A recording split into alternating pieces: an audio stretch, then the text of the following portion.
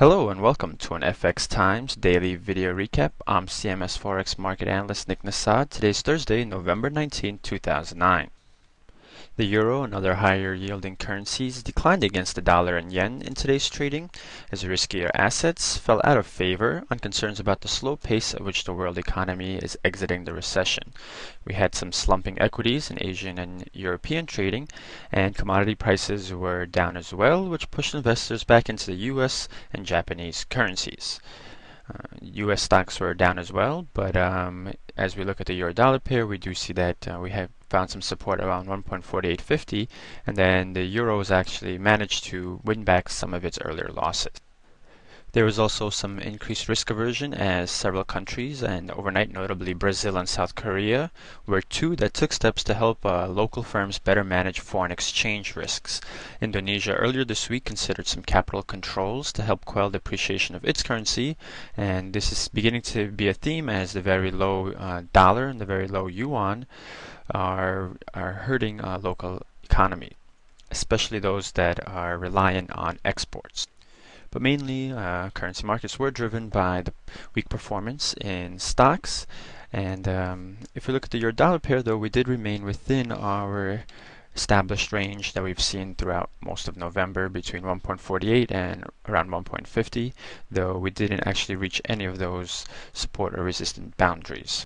We also had some mixed US data, which I will get to shortly. Here we're looking at the US dollar Japanese yen pair with 30-minute candles, and we see that the yen was a strong performer overnight. Here too we're establishing a bit of a range with support drawn connecting these three lows and resistance at around this level here.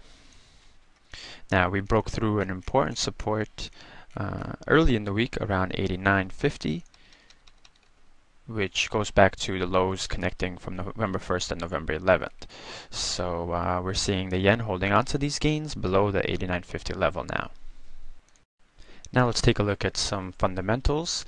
In the US, we saw jobless claims for the week ending November 14th remain steady at 505,000, which was the same level we had the previous week. Continuing claims, meanwhile, fell down to 5.61 million. The 4-week moving average fell by 6.5 thousand to 514,000, is now at its lowest level since November 22nd, 2008.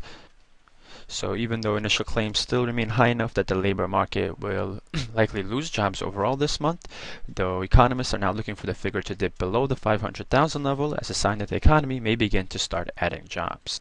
A second report, the Philly Fed Manufacturing Index, saw its General Business Activity Index rise to 16.7 for the month of November, a figure that was better than expected and was led by higher new orders and shipments, and it showed its Employment Index almost going to neutral at negative 0.5. So this is the 4th month in a row that the Philly Fed has been above zero, and we can see that on our chart here is our zero level.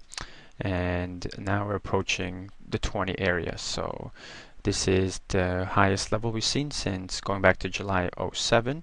And if you can see, the gray here is industrial production, and the trend here has been sloping upward, where we had 3 months of rather good industrial production prior to October.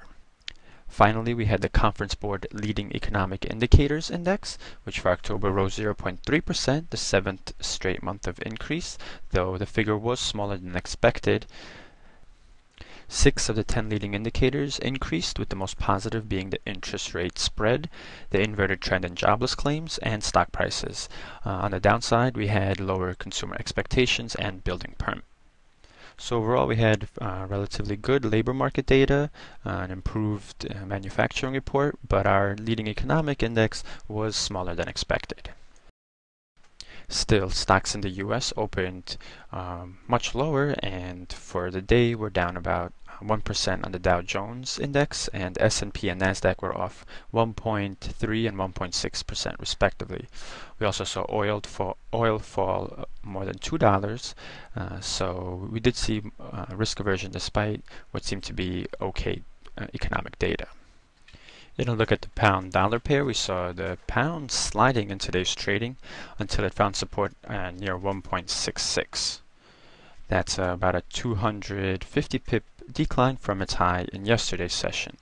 So we undid the gains that we saw from Monday, and if we had a Fibonacci line plotted here, we can actually see that we fell down to the 123% retracement of this initial rally. If we take a look at this Fibonacci retracement from this low near 1.65 up to this high, we saw that we fell below both the 50 and 61.8% retracement areas, though we did rally back to the 61.8 area, and that's where we're finished our global session in today's trading. If we zoom out even a little bit further, we also saw a downward break of this downward sloping resistance trend line, and now we're retesting it here. The pound yen, meanwhile, which had been trading in very narrow ranges the last several sessions, broke down below the 1.4940 area and slid more than 200 pips down to 147.30. So this was our first sort of move in a while in this pair, and we tested our lows from November 3rd in today's trading. And to look at some UK data, we saw retail sales increase 0.4% in October, a figure that was slightly smaller than expectations, while the annual rate rose to 3.4%, which was the best level in 17 months. Here we have a graph of the annual year-on-year sales on the right, and we can see that the last 5 months have seen rather good figures following this very poor first quarter. So while the sales data was rather okay from the UK, we did have very poor public sector net borrowing figures for October. The government borrowed $11.4 billion, and its budget deficit for this October was £7.7 billion. These figures represent a deterioration of the government's finances, and it's going to put pressure on the government to try and rein in its spending in the months to come.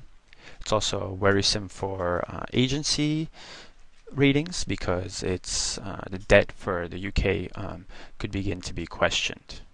Here we're looking at the Australian dollar US dollar pair, and Aussie is one of those higher yielders, and with risk aversion very prominent in today's trading, we saw it fall all the way down to the 0.9130 area.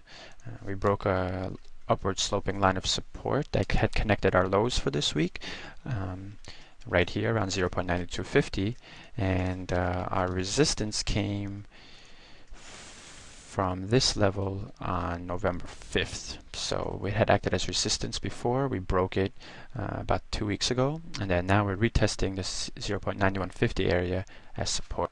So this is a 2-week low for the pair. The New Zealand dollar US dollar pair also had a sharp fall, and we see here that we had about 190 pip move from low to high in today's trading.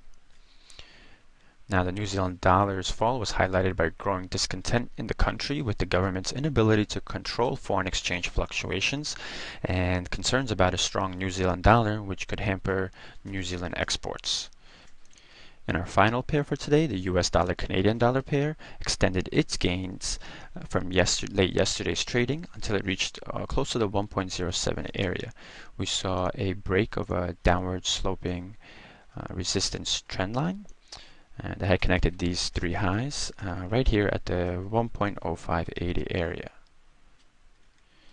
If I plot a Fibonacci retracement of this move, we see that we had an initial resistance overnight at the 50% retracement area, and then our actual support for today and our high came at the 61.8 retracement of this move from 1.0850 down to 1.04. And a look at some upcoming fundamental releases. The docket is going to be very light to end the week.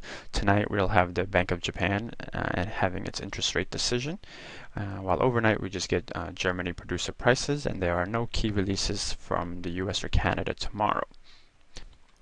So that will wrap up today's coverage of the Forex market. Again, for more analysis and videos, please do visit our site fxtimes.com. As always, thank you for watching and happy trading.